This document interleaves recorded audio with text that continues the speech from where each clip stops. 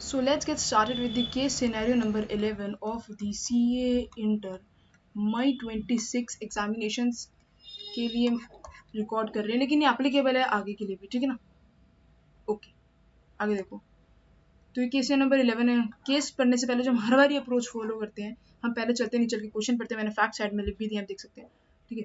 तो Ram and Preet want to ensure the compliance with the Limited Liability Partnership Act 2008 regarding the number of the designated partners as per the act, which is minimum requirement for the designated person must the LLP have। अब जल्दी से सोचो LLP act में कौन सा section पढ़ा था। मेरे को पता है कि आपने पढ़ा सेक्शन नंबर 7। सेक्शन नंबर 7 में क्या पढ़ा था आपने कि एटलीस्ट 2 डेजिग्नेटेड पार्टनर होने चाहिए, एंड उन 2 डेजिग्नेटेड पार्टनर में से 1 जो होता है वो रेजिडेंट इन इंडिया होना चाहिए। और रेजिडेंट इन इंडिया हम किसको कहते हैं? Who has stayed in India for 120 days or more during the preceding financial year. यही सारी बातें तो मैंने यहाँ पे लिखी है।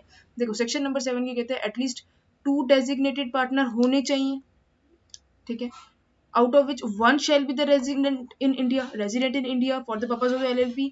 The resident in India means the person who has stayed in India for 120 days or more during the preceding financial year। और वो क्या बन जाएगा मेरा?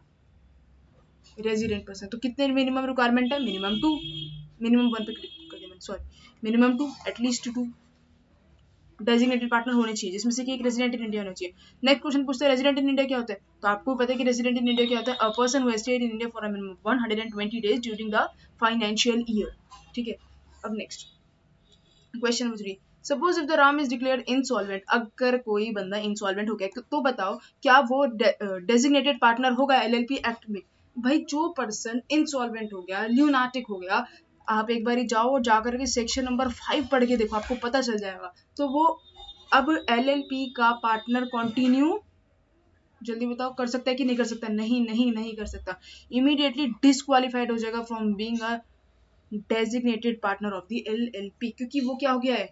इंसॉल्वेंट हो गया है, या फिर ल्यूनाटिक हो गया है, या फिर वो not capable of being into the affairs of the company, ठीक है ना। वीडियो को लाइक करके जाना। Thank you very much.